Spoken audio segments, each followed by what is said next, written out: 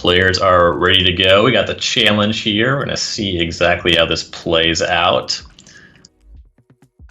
It looks like Callahan is going to be on the play. Definitely where you want to be in these aggressive mirrors.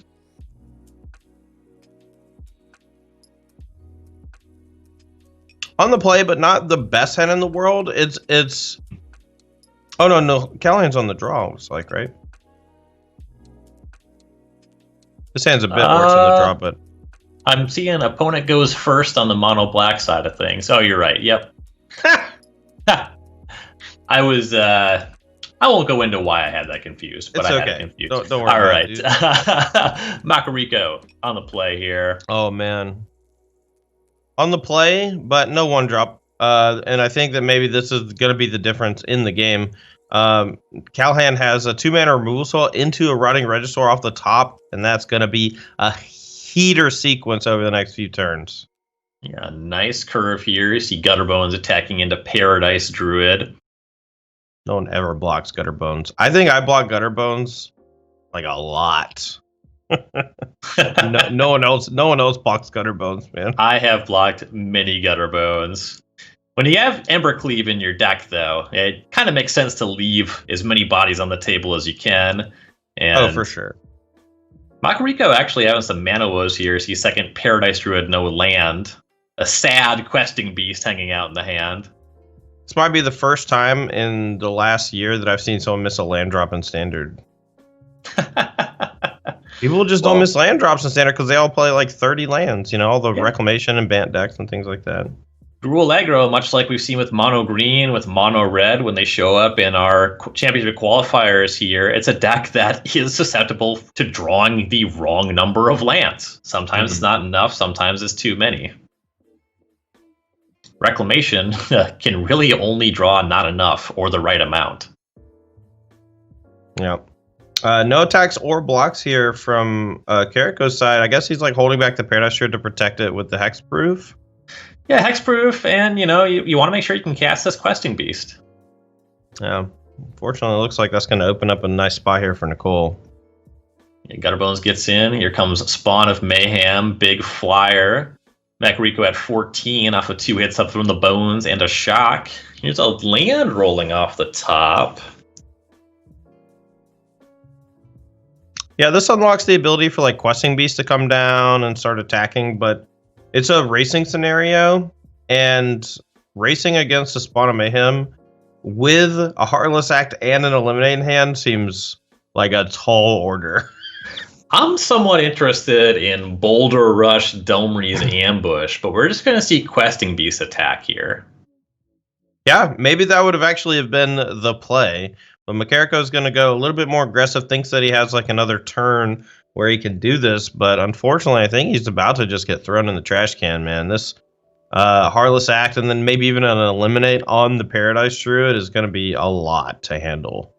Questing Beast connects. The Spawn's going to trigger. Callahan at 15, Macarico at 13.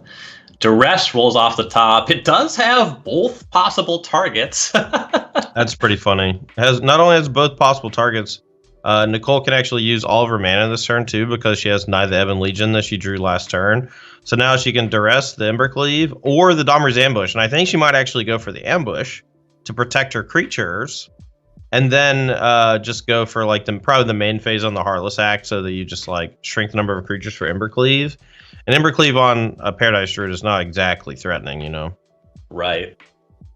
Yeah, multiple removal spells around the cleave. Pretty reasonable position on the battlefield here. And yeah, like you said, there goes the ambush. Yeah, highly expect main phase Heartless Act so that you can attack with Gutterbones as well. It's going to make it like so you don't get to trick them with the cleave. Oh, maybe not. Maybe she's going to play a little coy and hope that Andrew goes for that Embercleave and gets absolutely blown out. Yeah, still costs most of the mana. Might turn off committing even so much as one of these 2 mana creatures. So Spawn of Mayhem rumbles in. Macarico to 9. Here's Knight of the Ebon Legion. That's going to get a counter end step. 4 points did come across. 5 if we're talking about the trigger, but enough. Is there a world where Nicole actually uses Eliminate on a Paradise Druid right now to constrict mana use. You would require Macarico to draw a lands to Embercleave next turn if you made that play. But Embercleave for 10's not even that bad. Not really. Yeah, I mean, that's just another point in favor of it. Right.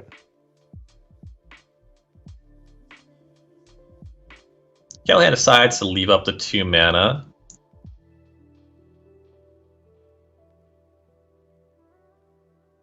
Let's see, we go to combat. Here's an effect before creatures are declared attacking. Heartless act on the questing beast.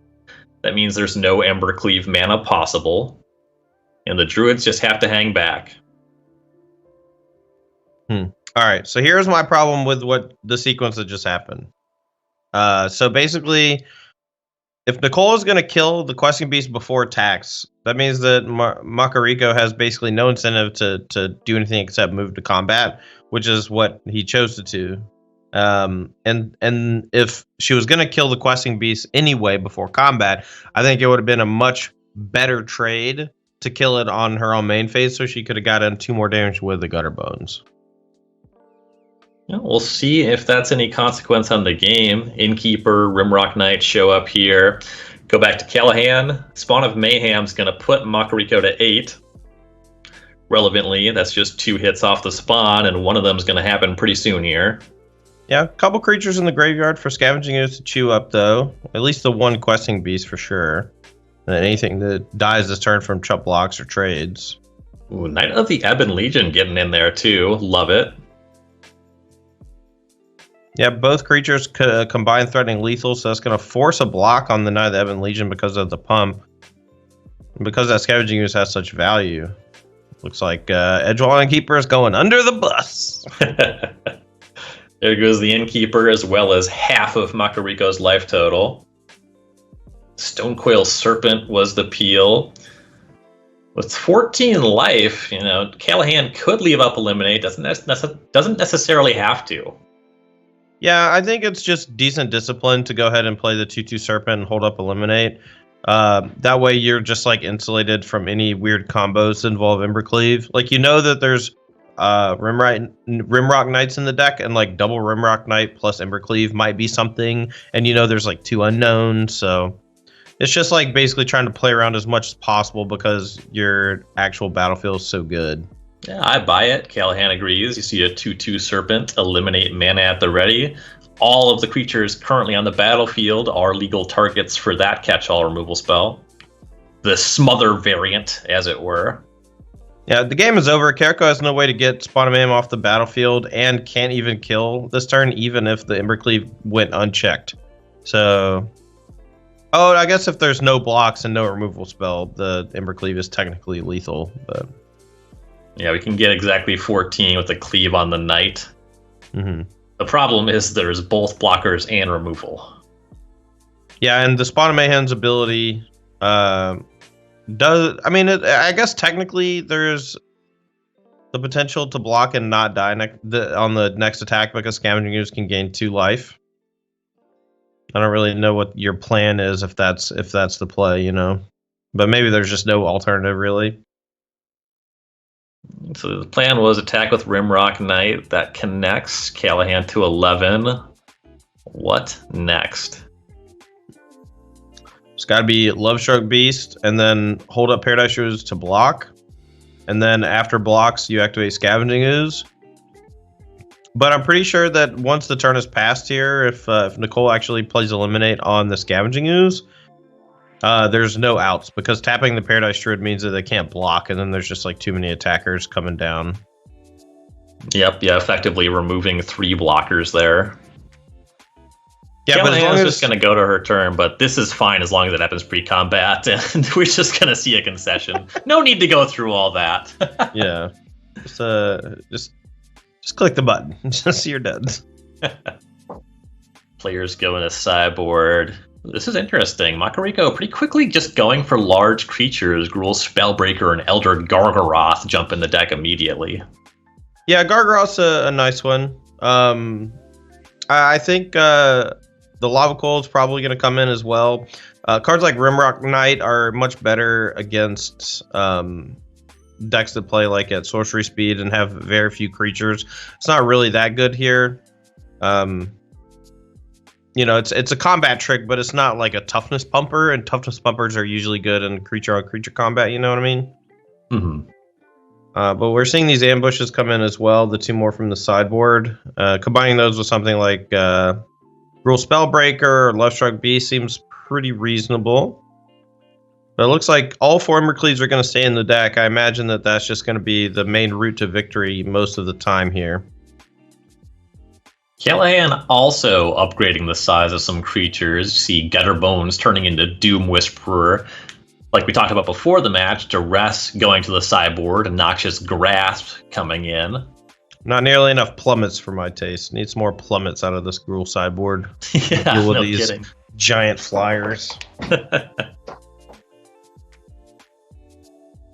Interestingly, the Rankle is what I would consider one of the better cards in this matchup, just because the sacrifice ability, like getting rid of like your Stone Cold Serpents, like flying in general. Hasting's pretty good. If you're Nicole, I would be looking for those. I would get all the Duresses out of my deck, which she's already done. All the removal in. I think Demonic Embrace can probably come out. You have like enough flyers, and the matchup is a lot about getting onto the battlefield. There's a lot more removal and a lot more interaction after sideboard. Also, that giant reach blocker in Elder Gargaroth. You see it in Macarico's hand. You see it on our core 2021 order page on StarCityGames.com. Nice. That's good advertisement right there. Nailed it. That is called product integration. We are underway. Macarico on the play once again. The Scavenging Ooze, the turn 2 play. Callahan, 3 of a kind, Rotting Regisaurs in hand. Yeah, but does have the mana to cast them. Also has a Grasp of Darkness here, which she can use to take down the Scavenging Ooze. Potentially a 3-drop, as long as it's not a 5/5. Also a Demonic Embrace to go with Rotting Regisaur. It's not quite a Splinter Twin combo. What do you call that? A Splinter Single? Okay. All right. I call it Hidetsugu's second right. It's more actually it's more like Hidetsugu's first right because it deals 10 the first time. Yeah, it gets him to 10. Yeah. It's also a nice discard to the first Regisaur trigger because like you just tuck that one away for later. Here comes Questing Beast. That one can attack into a Regisaur.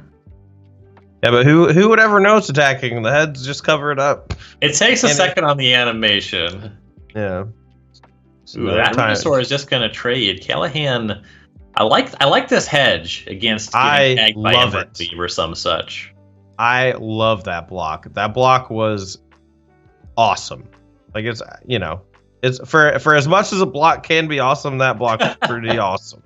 To the extent that a block could be liked. I like that block. Yeah. Some options for Macarico now. Land number 5 comes in. Is going to be Elder Gargaroth. That one's tough to deal with. Eliminate in Callahan's hand certainly won't do it. All right. Well, Callahan can go pretty hard here. I wouldn't actually mind just like a Regisaur plus Eliminate. Or, I mean, even Demonic Brace plus Eliminate is fine, but the Regisaur allows you to get one more giant thing onto the battlefield that can trade with Gargaroth should it choose to attack next turn. And then the Demonic Embrace, like you can just play next turn no matter what you peel, right? From the graveyard. That is true. But I don't hate this play either. For 3 life in the discard. Yeah, I don't hate this play either. Just like suiting this one up and smashing for 10. The Gargaroth can gain 3 life next turn, but the odds of you dying are pretty small. But I mean, it is Elder Gargaroth. If that thing gets to attack or block more than like twice, like you usually die. So doesn't take much. Callahan's gonna attack with Regisaur. And now we'll see if the Gargaroth blocks. Some pause here on blocks. Yeah, I don't hate a block either from Macarico. That Rotting Regisaur is very scary. But Elder Gargaroth is also just pretty darn good in its own right. So like keeping it around as long as possible makes a lot of sense. I mean, if these creatures are going back and forth, one of these is generating value and the other one's making you discard cards. Right. So here comes the second Regisaur after the first connects. Now we'll see what Macarico wants to do. Domri's Ambush can take care of one of these Regisaurs, and it looks like it's going to. Let's call it the untapped one. Yeah, you have to be pretty confident in this Domri's Ambush if you're Macarico, because if Nicole had Heartless attack last turn, I think she would have just cast it to guarantee that there was no trade potential. So this seems like a fairly safe Domri's Ambush there, and it's completely one-sided. And now, like, the tables look pretty firmly in Macarico's favor because the Gargroth gets to gain some life or create a beast, get some pressure. Although draw cards is an option as well. All of these options are pretty appealing.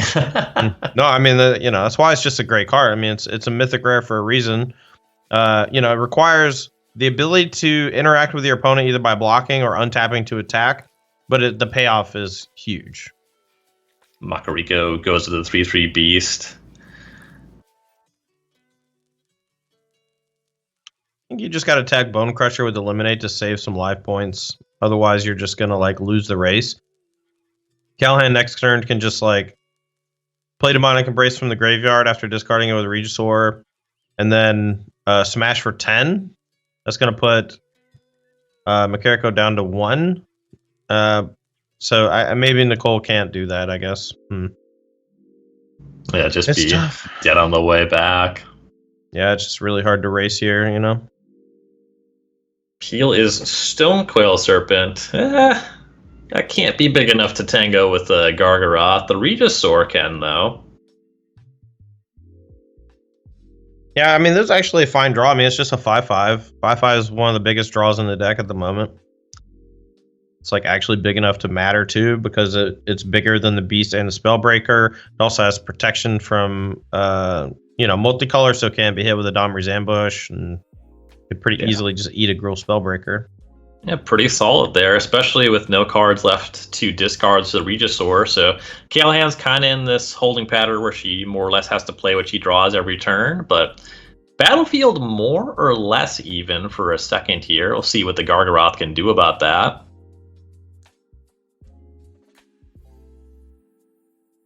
Macarico's gonna attack with that one and is pondering which ability to use here.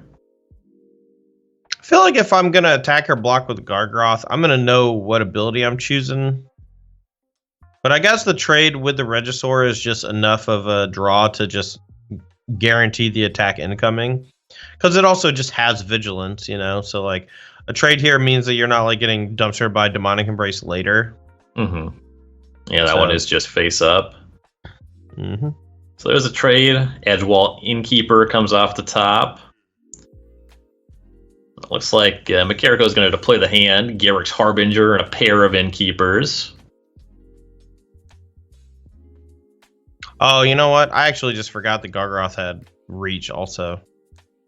So, like, the Demonic Embrace only gives +1 toughness, and it was a 7/7. So, like, Demonic Embrace last turn actually just did nothing also. Sure. I mean, I didn't get past the fact that lethal came on the way back. That's fair. Maybe I didn't too. Maybe I'm just very smart. Yeah, I'm going to say that. Yeah, I'm super smart. Don't worry about it. This mobilized district with the Stonecoil Serpent looks like it might be enough to just hold off the forces. If all the dummies came in, Nicole would be able to trade with the Harbinger and eat the Spellbreaker, only taking 5, so it's just, like, not really that valuable of an attack yet. Need, like, one more creature to get through to start actually doing something good here. I feel like the texture of the game is we're kind of one big top deck away from Macarico taking over, and this Lovestruck Beast might be just that. Yeah. This Lovestruck Beast is going to draw 2 cards off the Innkeeper. It may create a 1/1 as well, but it looks like we're just going to see it hard cast without making the 1/1. Yeah, no need, as we see 2 cards come off the top. Bone Crusher Giant, one of them. Oh, what do you know? Another free divination.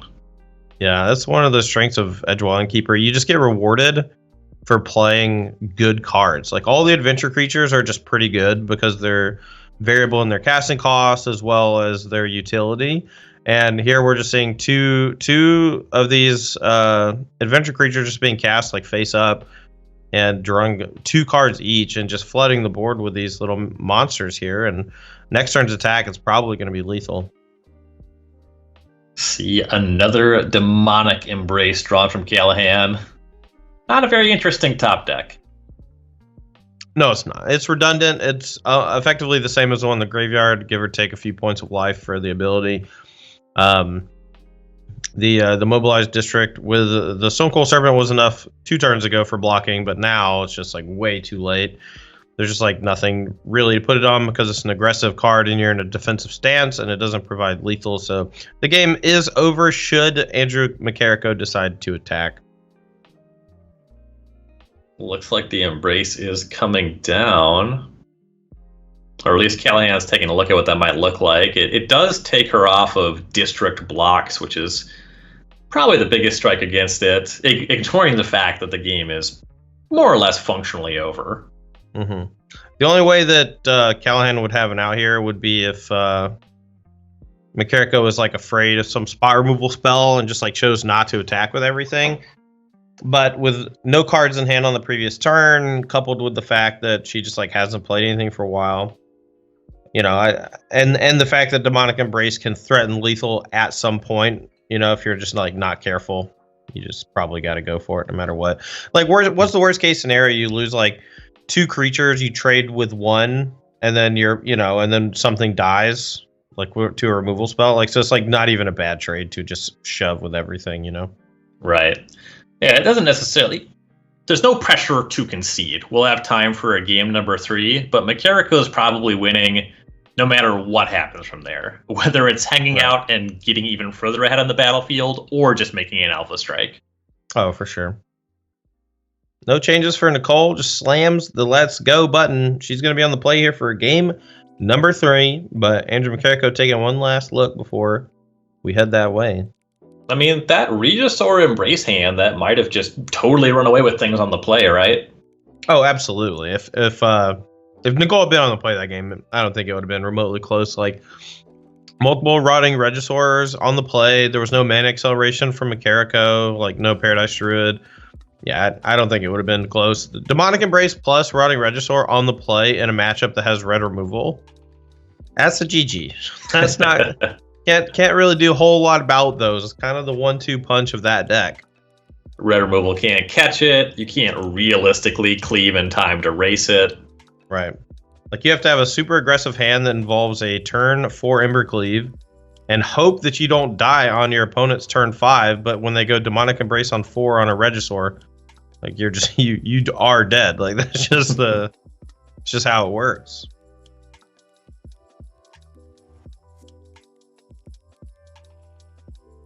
Callahan's going to get her first crack at things on the play. Kind of a mopey 7. She chooses to keep it. A land off the top could enable a pretty strong curve, though. Yeah, and eliminate on 2 can potentially slow down the aggressive starts from Macarico as well to like give her enough time to draw the lands. I don't hate it. I think I would probably lead with a Stonecold Serpent here because there's some value in having it turn on Spawn of Mayhem on turn 3.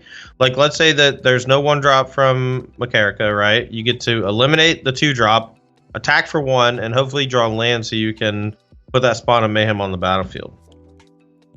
Maybe it's just too low impact, though, and that's also just, like, reasonable, you know? Yeah, if more of the creatures in the deck were gold, I think there's a stronger argument.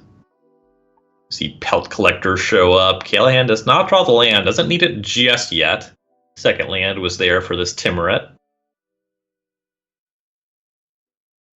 Timuret's one of those cards that doesn't see a ton of play, but I absolutely adore it. Like, I think the card is just so good, so cool. Yeah, I think it's a really solid design. This kind of demigod cycle from Terra's Beyond Death is some pretty rad stuff in it. Stomp's going to take care of that, though. Yeah, I mean, we see Anax Hardened by the Forge just all over the place in the mono red decks, but story of this game is just Nicole missing the third land drop, and that's honestly, I don't really know how to emphasize how ridiculously important it is to hit your turn 3 Rotting Regisaur, but you're just going to see this game play out in such a bad way for Nicole now. We were talking about how the Regisaur hand that was on the draw in game 2 would have been incredible on the play, and missing your land drop, well, that's kind of putting you on the draw. Right.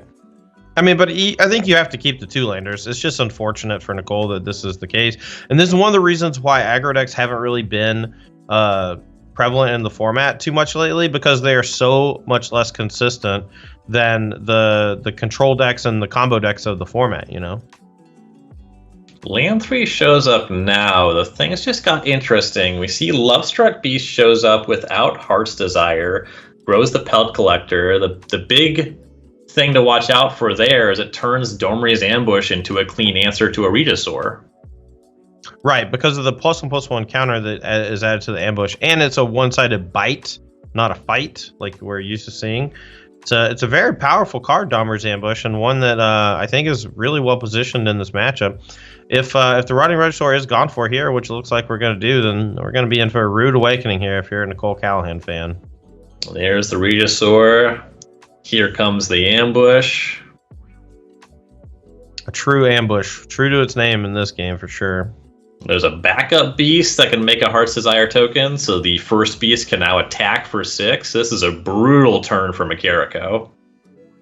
Yeah, and Macarico in such a dominating position, just refusing to offer a trade with Pelt Collector versus the Stonecoil Serpent. I would have liked to have simplified the board a little bit if I'm Macarico, but I also understand that you just have the ability to wait, and you have multiple creatures that can pump it to a 3/3. But like just leaving the body around can be dangerous, so it's unclear which is the actual correct attack. But I like not attacking and attacking. They're both defensive. Yeah, I mean, I don't think it's dangerous at 20, and there's multiple creatures that can pump the Pelt Collector just hanging out in the Adventure Zone too. No, absolutely. I think that no attack makes the most sense. It's just there is an argument because of cards like Demonic Embrace. You know, like the whole matchup kind of revolves around these things that matter if you have creatures in play. You know, like for example, let's say Blacklance Paragon was a card that like the Nicole had in hand right now. Like having that extra body might be relevant. You know what I mean? Sure. All right, here comes the other beast. Pelt Collector are going to hang back as a 3/3 now with 2 Stonecoil Serpents. That makes enough sense. Eliminate's going to take care of the 6/6 beast. Yeah, but notably it does grow the Pelt Collector, so... Oh, big boy! Doom Whisperer. Do you remember when this card was previewed? I called it the best card in the set. It was scary. Yes, it was. And Everyone some of was that like, is just power creep, and then it just... Some of that is just us showing our age. You know, if you never heard of the card Spirit Monger, you're maybe not as impressed by a Doom Whisperer. I mean, that's fair. Spirit Monger was like the best card in Standard for a long time. Actually, that's not true. It was probably like... It was the best card on my kitchen table for a long time. That's true. I mean, it was a great Magic card.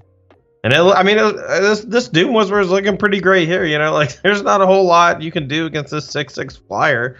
And Nicole's got 13 points of life to work with. If she so chooses, she can do some scrying next turn. It is a bit dangerous, and she does have a good play next turn by attack for 6, play Spawn of Mayhem. So maybe that's just the play. Macarico is going to go a little bit wider. You see a 4/4 Gruul Spellbreaker joining the party. But the 6/6 was taken care of with the Eliminate. That means that everything on the table is smaller than the Doom Whisperer.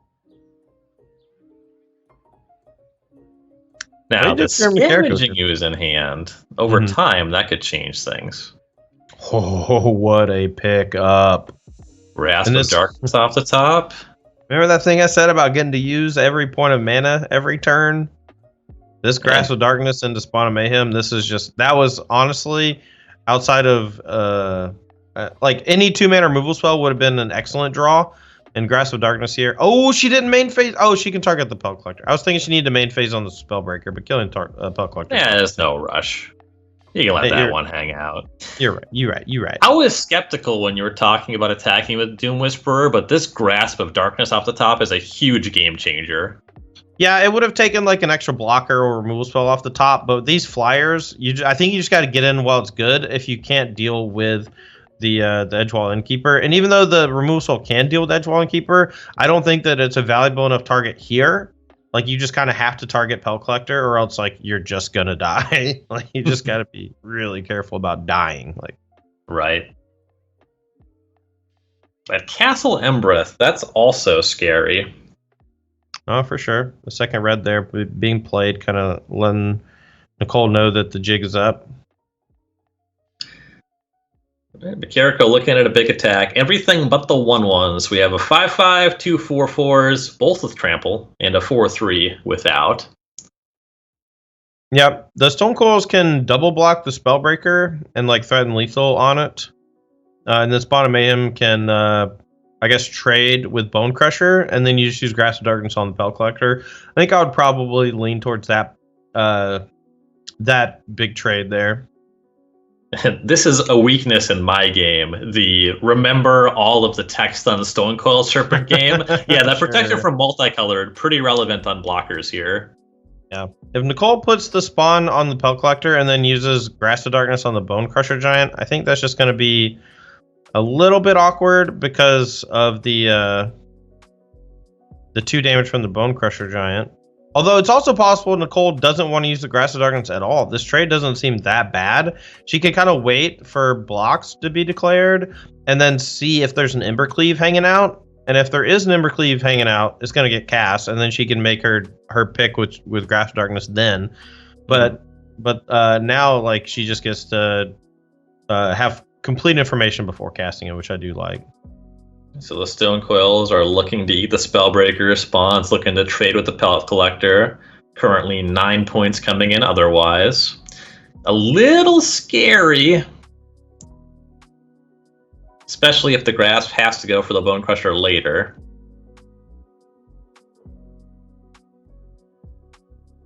But we are looking at combat damage. A lot of discipline shown from Callahan here. Yeah. Just really, really doesn't want to die, but I think because of that, taking that extra 4 damage is just going to leave her a little too far behind here against just kind of a flood of stuff, you know? There's Scavenging Ooze, and notably 3 green mana left over. We'll see if this Lovestruck Beast is cast in any capacity, but that Scavenging Ooze is probably the ideal target for the Grasp. No, for sure. At this juncture now, it is definitely... There's Lovestruck Beast. It draws a card off of the Innkeeper. We'll see what Callahan does with the Grasp on end step.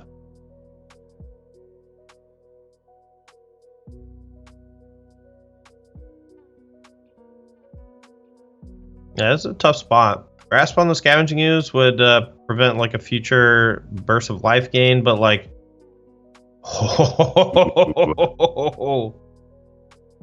Very aggressive scry on the Doom Whisperer.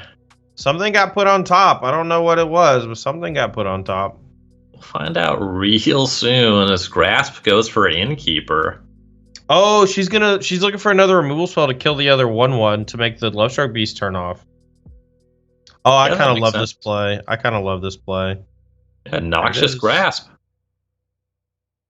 It's going to involve some chump blocking against the Ooze and the Bone Crusher Giant next turn, which may limit her options as far as like top decks are concerned. Extremely limited, but maybe not unwinnable. We'll see. Ooh, and here's Doom Whisperer. All right, so the play is to leave back both Stonecoil Serpents as chump blockers and then find Demonic Embrace off the top. But the Scavenging Ooze, doesn't that gain too much life? I suppose you kind of need to layer this more than that. Yeah, I think it's just slightly too short, even with a Demonic Embrace off the top, because Scavenging Ooze is able to gain, roughly 5 points of life over a turn sequence.